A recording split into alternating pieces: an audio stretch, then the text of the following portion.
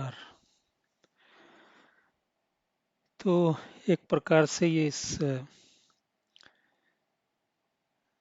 दूसरे सीजन कह लें मैं आप सबके सामने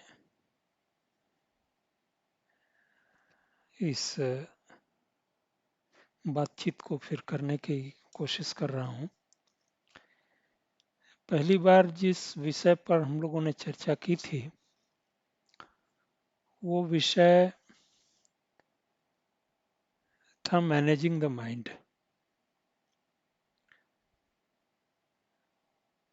अब क्योंकि उसमें 6-7 एपिसोड किए गए थे तो विषय कितने तक और कहाँ तक लिया गया था इसका कुछ अभी मुझे अंदाजा नहीं है कि क्योंकि दोबारा से मैंने उन एपिसोड्स को देखा नहीं है। लेकिन ये जो एक प्रकार से दूसरा सीजन है मैनेजिंग द माइंड तो नहीं है, इसको हमने एक प्रयास रहेगा कि लंबे टाइम तक कंटिन्यू रहे और एक आपके साथ जो जुड़ाव है वो भी लंबे समय तक रहे। उस जुड़ाव की खातिर इस पूरे बातचीत को इस बार हमने नाम जो दिया है वो है कॉमन टॉक्स। कॉमन टॉक्स के अंदर लगभग 3-4 चीज़ें बहुत ही सामान्य रूप से हम लोग लेंगे, विषयों को अलग अलग टॉपिक्स को लेंगे, लेकिन जो बाय एंड लार्ज विषय होंगे वो होंगे फिलॉसफी का और साइंस का, स्पिरिचुअलिटी का और जनरल सोसाइटी टॉक्स का जो टॉकिंग पॉइंट और talking I mean talk of the town एक प्रकार से आप कह लें। तो अब सबसे पहली बात तो ये है कि क्योंकि अब इस बार मेरा विचार है कि ये जो संबंध है हम लोगों का, यानी आपका जो श्रोता हैं और हम, खुद को एज ए होस्ट हम कहते हैं, क्योंकि कोई ज़रूरी नहीं है कि केवल हम एक मोनोलॉग की तरह बातचीत करें। आने वाले समय में हम कोशिश ये करेंगे कि किसी भी प्रकार ये अपना चैनल उस हालत में पहुंचे जहां से हम लाइव हो सकें, ताकि आपसे बिल्कुल सामने से जुड़ा हो। और इसके लिए थोड़ा सा सहयोग आपको भी करना होगा। तो जो भी वीडियोस आते हैं उनको लाइक शेयर सब्सक्राइब यदि आप करेंगे तो एक इस बड़े जो मेरे लिए यज्ञ के समान है, तो इसके लिए एक प्रकार से आपकी एक आहुति होगी। पॉडकास्ट करने के पीछे के थोड़े से कारण को मैंने पिछली बार इंगित किया था कि ये कोई कॉमर्शियल असाइनमेंट नहीं है। ये एक प्रकार से कैंपेन है, हमारे जो जीवन का मूल चिंतन है उसके आधार पर। तो उस चीज के लिए मुझे कोशिश ये करना था और ये सौभाग्य की बात है कि आज के समय में हमारे पास एक ऐसा प्लेटफॉर्म है जहां देश दुनिया तक हम लोग जुड़ सकते हैं। ये और बात है कि जिस जमाने में मैं इस ऐसे किसी प्लेटफॉर्म की कल्पना करता था तब के समय में ये संभव नहीं था और मुझे कभी लगा भी नहीं था कि भविष्य में ऐसी कोई चीज़ आने वाली है जिसमें हम अपने लोगों के साथ या किसी श्रोता के साथ सीधे जुड़ पाएंगे अपने कमरे में बैठ कर के। तो इस पूरी बातचीत को जो हम लगातार जारी रखेंगे उसके जो मूल विषय होंगे वो मूल विषय कोशिश करेंगे कि प्रैक्टिकल लेवल पर जिनका जुड़ाव हो। जैसे एक एग्जाम्पल देते हैं, अब दर्शन की बात आप ले लें। दर्शन अंग्रेजी में उसको फिलॉसफी कहते हैं।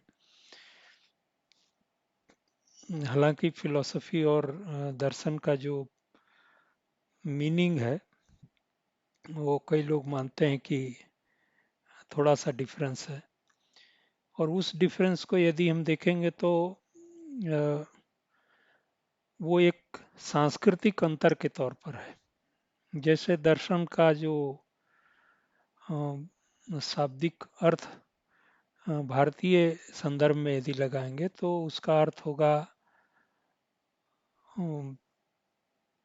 जिसे अनुभव किया जाए। अनुभव, और वो सामान्य अनुभव नहीं है, यानी जिसे साक्षात्कार जैसे शब्द हम लोग उपयोग करते हैं। तो ज्ञान का साक्षात्कार हो, यानी ज्ञान का वो अनुभव जो हम खुद से उसको समझ पाएं। उसको और विस्तार में करने की बात हो तो उसको और ऐसे कह सकते हैं कि ज्ञान एक प्रकार से जो हमारे पास इंफॉर्मेशन आती है उस इंफॉर्मेशन को लेना, और उसकी एक जो आंतरिक अनुभूति है वो होना, ये दोनों अलग अलग बातें हैं। एग्जाम्पल के लिए आप ले सकते हैं, रोटी हम सब लोग खाते हैं या खाना कोई भी खाते हैं, लेकिन जब खाने की अनुभूति हो, जब तक नहीं खाएं तो वास्तव में उसका स्वाद क्या है ये बहुत मुश्किल होता है बता पाना, या एक्चुअल में उसको समझ पाना। तो अपने यहाँ दर्शन की जो अवस्था है वो यही है, अपने यहाँ यानी भारतीय संस्कृति के संदर्भ में। लेकिन यदि पाश्चात्य दर्शन कहें, वेस्टर्न फिलॉसफी के अंदर फिलॉसफी का जो मीनिंग है वो लव फॉर विजडम है। विजडम नॉलेज केवल नहीं है, ये एक बार रसल ने कहीं अपने हिस्ट्री ऑफ फिलॉसफी के अंदर लिखा है कि this love is not for common or general knowledge, but that is that knowledge which is for the goodness of humankind. So वो wisdom उसको कहते हैं, यानी wisdom for love, love for wisdom, sorry। तो दर्शन की बात करेंगे और प्रैक्टिकल कोशिश करेंगे, क्योंकि अक्सर हम लोगों को ये लगता है कि दर्शन बड़ा ही शुष्क विषय है, और इसका ज़्यादातर उपयोग हम लोग केवल अकादमिक मंचों पर करते हैं और सैद्धांतिक रूप से करते हैं। लेकिन वास्तव में आप देखेंगे तो किसी भी विषय में जो उसका दर्शन होता है वो एक प्रकार से पूरी चिंतन प्रक्रिया का मूल तत्व जिस पर हम लोग विचार करते हैं वो होता है। तो इस नाते दर्शन के प्रैक्टिकल पॉइंट को जानना बहुत आवश्यक होता है। अब दूसरा विषय है विज्ञान को लेकर के। आज समाज में क्या स्थिति चल रही है ये सबको पता है। शिक्षा के अंदर जहाँ विज्ञान हम लोग मान के चलते हैं कि एक प्रकार से भौतिक जगत का ज्ञान, वो ज्ञान जो हम लोगों को रोजमर्रा की जिंदगी जीने में सहायक हो, वो विज्ञान का विषय होता है। लेकिन ये थोड़ा सा सतही है, और हम लोग देखेंगे कि इस सतह के नीचे और क्या क्या चीजें हैं। एक प्रकार से विज्ञान सामान्य ज्ञान से थोड़ा जिसका और अंदर की जो जिज्ञासाओं को शांत करने का विचार है वो होता है। और इसीलिए विज्ञान को यदि प्राच्य दर्शन, प्राच्य मतलब भारतीय दर्शन के साथ यदि जोड़ के देखें तो उसका संबंध बुद्धि से होता है।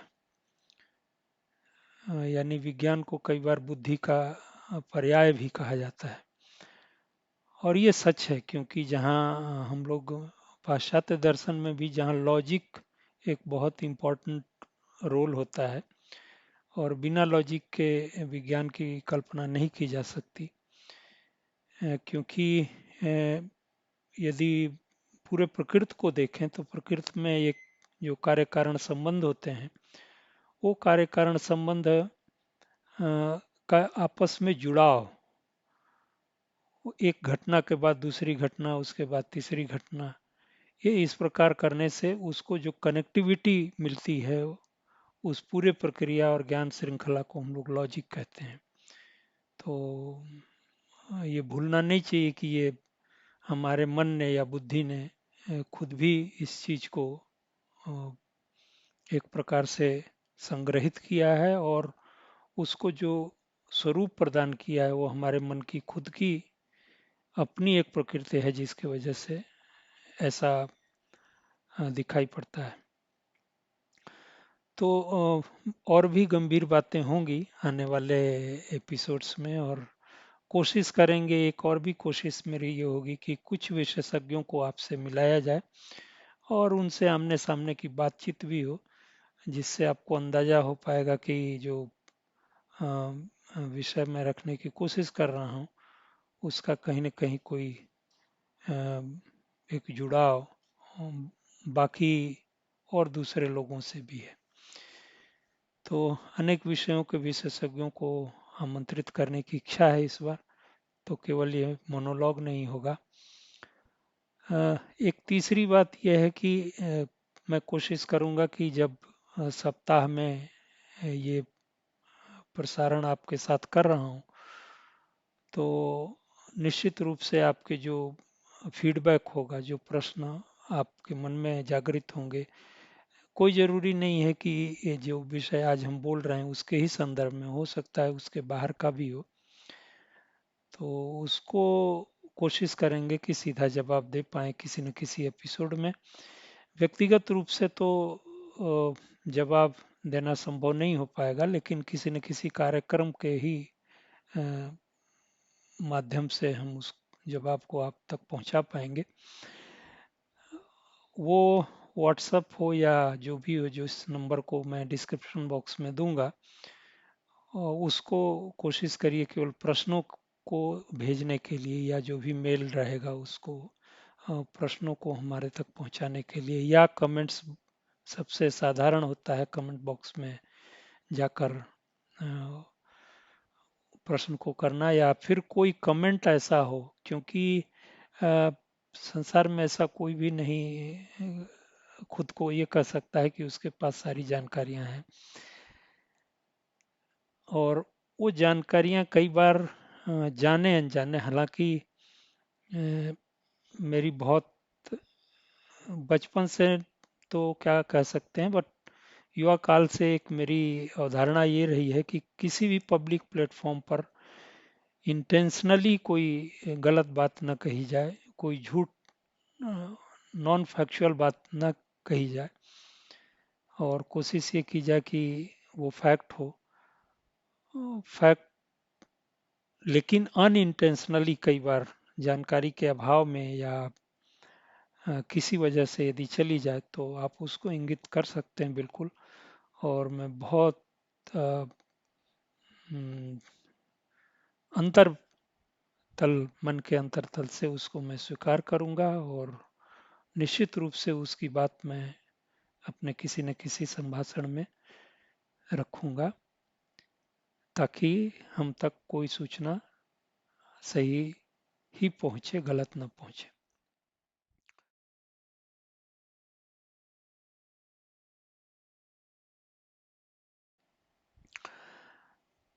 आज के विषय के लिए जो चीज़ें मैं लेने वाला था, वो ये तो इंट्रोडक्शन की बात रही, जो मैं आने वाले आगामी दिनों में जो बातचीत रखूंगा, कॉमन टॉक्स का ये मंच आप सबके लिए है, और जिसमें आप अपनी समस्याएं, कोशिश करिए कि कोई ऐसी व्यक्तिगत समस्या यदि आप लिखते भी हैं तो मैं उन संदर्भों में उसका उत्तर दे पाऊं जो समाज के लिए उपयोगी हो पाए। ज़्यादातर मुझे मालूम भी है कि यूट्यूब की ये दुनिया, या जो सोशल मीडिया की ये दुनिया है, उसमें ज़्यादातर उन वीडियोस को बहुत ज़्यादा लाइक मिलता है, उनकी वायरलिटी ज़्यादा होती है, जो कि सीधे सीधे लाभ की बातें आपके लिए करते हो। करोड़ों रुपया कैसे कमा लें, कैसे रात एक रात के अंदर नौकरी पा जाएं, अरबपति बन जाएं।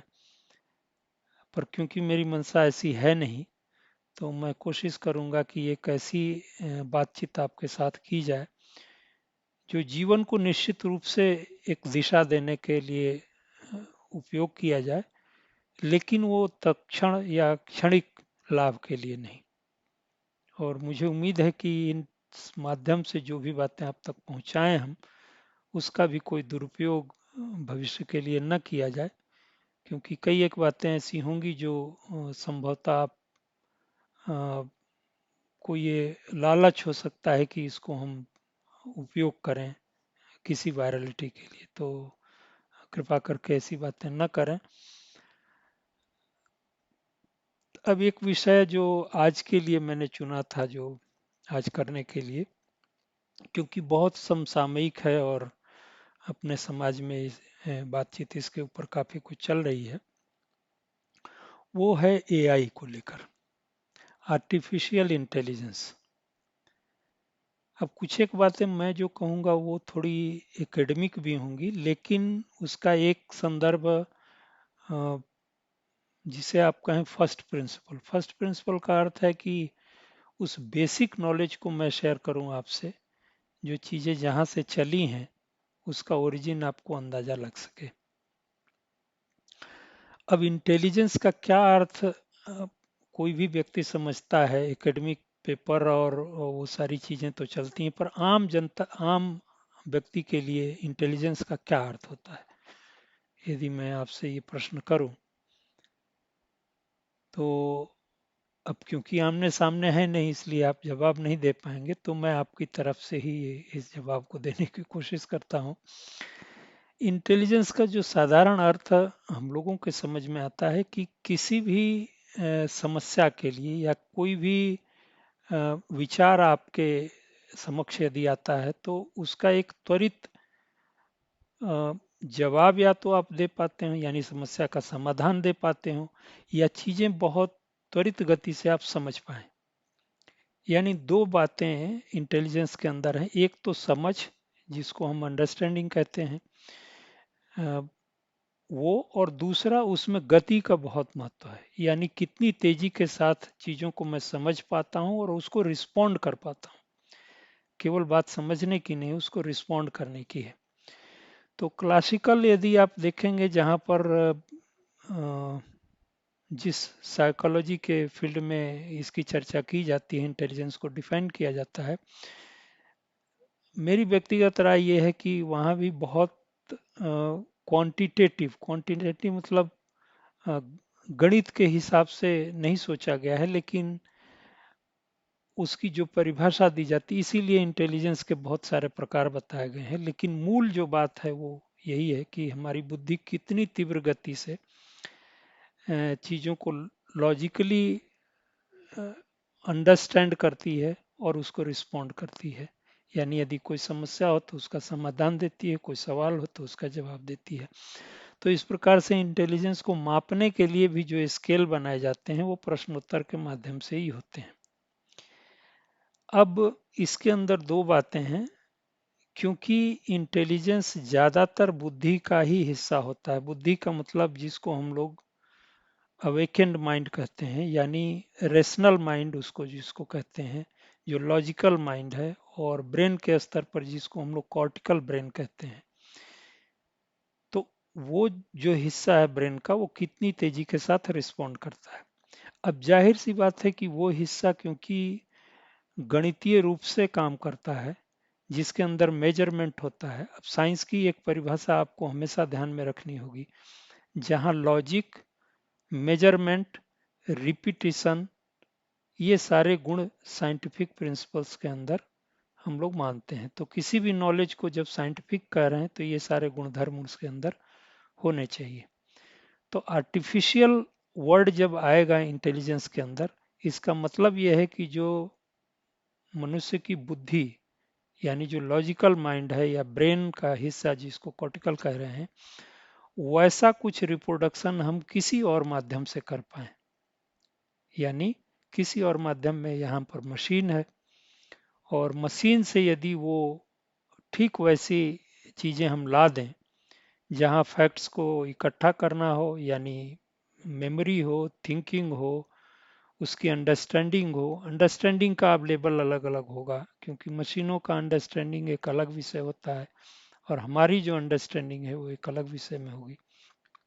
तो यहाँ पर आर्टिफिशियल इंटेलिजेंस का अर्थ यही है कि जो मशीन, और मशीन आज जिसे हम लोग सब लोग जानते हैं वो कंप्यूटर है, या फिर बाकी जितने इलेक्ट्रॉनिक गैजेट जिसमें कि एक पूरी प्रक्रिया बनाई गई है, जहाँ पर वो रिस्पॉन्ड करता है और हमारे लिए एक सॉल्यूशन देता है, इसलिए इंटेलिजेंस को वहाँ पर आर्टिफिशियल कहते हैं।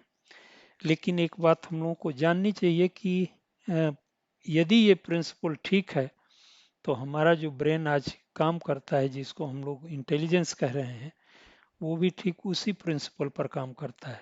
हालांकि जब गहराई में देखेंगे तो दोनों की जो प्रक्रिया है वो एक जैसी नहीं है। हार्डवेयर सॉफ्टवेयर वाली बातें सही हो सकती हैं, क्योंकि हम लोगों ने वैसे बनाया है उसको, लेकिन फिर भी उसके काम करने की प्रक्रिया, जो लिविंग सिस्टम है उसके काम करने की प्रक्रिया काफ़ी कुछ अलग है। काफ़ी कुछ हम लोगों ने समझा है, लेकिन उस पैटर्न को समझा है, और उस पैटर्न को समझने के लिए हमने इंटेलिजेंस को उपयोग किया है एक ऐसी मशीन बनाने के लिए जिस मशीन में रिप्रोडक्शन की क्षमता है, और ठीक वैसे प्रोडक्शन करती है जो हम लोग डेली रूटीन में कई बार गलतियां करते हैं, लेकिन वो मशीन गलतियां नहीं करता है। तो इसलिए हमारा एक फेथ बनता जाता है मशीन के ऊपर, कि जिन चीज़ों में सामान्य रूप से हम लोग बहुत ही धीमी गति से सोच पाते हैं, जिन सॉल्यूशंस को दे पाते हैं, जो रिस्पॉन्स धीरे से करते हैं, उस मामले में वो मशीन काफ़ी तेज होता है, काफ़ी एक्यूरेट होता है, और उसको बारंबार उस रिजल्ट को देने में कोई कठिनाई नहीं होती है। तो आज जिन माध्यमों से, जिन इलेक्ट्रॉनिक माध्यमों से हम एक दूसरे से जुड़े हुए हैं, उसमें इस प्रकार के इंटेलिजेंस की एक बहुत बड़ी भूमिका है, और उस भूमिका को हम लोग जानते हैं, समझते हैं। लेकिन आज का ये दौर उस अवस्था में आ गया है जहां केवल उपयोग नहीं है, बल्कि एक प्रकार का भय भी अब धीरे धीरे जन्म ले रहा है। तो बात आर्टिफिशियल इंटेलिजेंस की यहीं रोकूंगा, क्योंकि इसके ऊपर जब करना होगा तो थोड़ी बातें अलग से आपके लिए बताऊंगा, जहां पर हम सब के लिए आने वाला समय इंटेलिजेंस को लेकर के न केवल बदलने वाला है, लेकिन हमारा एक जो कल्चरल फ्रेमवर्क का मतलब है जिस फ्रेमवर्क में हम रहते आए हैं, जैसी जिंदगी, जीवन पद्धति हम जीते आए हैं, उसमें एक भारी बदलाव होने की संभावना है। संभावना 99% है। 1% संभावना सिर्फ इसलिए है क्योंकि ये व्यवस्था, यानी असंभावना है, क्योंकि इस व्यवस्था में कहीं ऐसा एक लूप होल आए कि जो उम्मीदें हम लोगों ने बांध रखी हैं, उन उम्मीदों के ठीक विपरीत ये कहानी चलने लगे। और इसलिए इस पूरी बातचीत में मैं रखने वाला था आज का टॉपिक एआई को भस्मासुर की तरह। आपको कहानी शायद पता ना हो, दूसरे लोगों को पता ना हो, लेकिन ज़्यादातर जो लोग धर्म से संबंध रखते हैं, जो हिंदू धर्म से संबंध, उनको ये कहानी मालूम है। शिव जी ने एक असुर को वरदान दे दिया, और वरदान ये था कि वो जिसके सिर पर हाथ रखेगा वो भस्म हो जाएगा। और वो वरदान मिलते ही पहला प्रयोग उस भस्मासुर ने शिव जी के ऊपर ही शुरू कर दिया। कहानी विस्तार से आगे होगी, और ये बातचीत क्योंकि बहुत लंबी ना हो, इसलिए मैं एआई के इस टॉपिक को यहीं रोकता हूँ। अब सोशल फ्रंट की बातें थोड़ी सी यदि चाहूँ तो मैं कह सकता हूँ, सोशल फ्रंट में भी जो हमारे जीवन की दिनचर्या है, जिसे एक समय हम लोगों ने इस दिनचर्या को धर्म नाम कहा था, यानी जो मनुष्य का सामान्य व्यवहार था, वो सारी चीजें परिवर्तित हो रही हैं। न केवल भारत के अंदर बल्कि वैश्विक परिवर्तन देखने को मिल रहा है। जो ज्ञान विज्ञान हम लोगों ने मनुष्य की सेवा के लिए खोजा था, कई बार ठीक उसके विपरीत उसका उपयोग हो रहा है। और यदि आप पिछले 2500 सालों को देखें मनुष्य के इतिहास को, तो देख के कभी भी ये नहीं लगता कि जिस ज्ञान को हम लोगों ने या जिस अध्यात्म को मनुष्य ने खोजा था किसी भी तरह से, उसमें एक कोई बड़ा प्रतिशत मात्रा में मनुष्यता का उसको अंगीकार कर रहा है या समझ रहा है। समय के साथ विशेषज्ञ लोग आते हैं, अकादमिक चर्चाएं होती हैं, लेकिन बहुसंख्य आबादी एक सामान्य जिंदगी जीती है। कई बार ठीक उसके विपरीत भी होता है, जिन सिद्धांतों को हम लोग एक्चुअल बोलते हैं उसके विपरीत भी व्यवहार करते हैं। और ये सब सारी चर्चाएं हम लोग आने वाले एपिसोड्स में करेंगे। आपके प्रश्नों का बहुत बहुत स्वागत रहेगा, और प्रश्नों के अलावा आपके कमेंट्स को भी।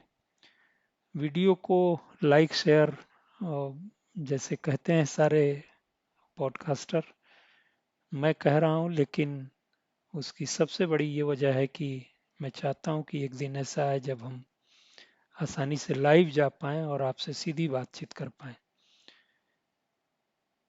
और हमारी हमेशा यही कोशिश रहेगी कि जो हमारी ये संबंध है लंबे काल तक चले, और जो नाना प्रकार के विषय हैं, जो समाज की भ्रांतियां हैं, जो व्यक्तिगत भ्रांतियां हैं, उसको दूर करने में हम आपकी मदद कर पाएँ। और कभी कभार यदि मेरी अपनी भी भ्रांति हो तो संभवतः आप उसमें सहयोग करें उस भ्रांति को दूर करने के लिए।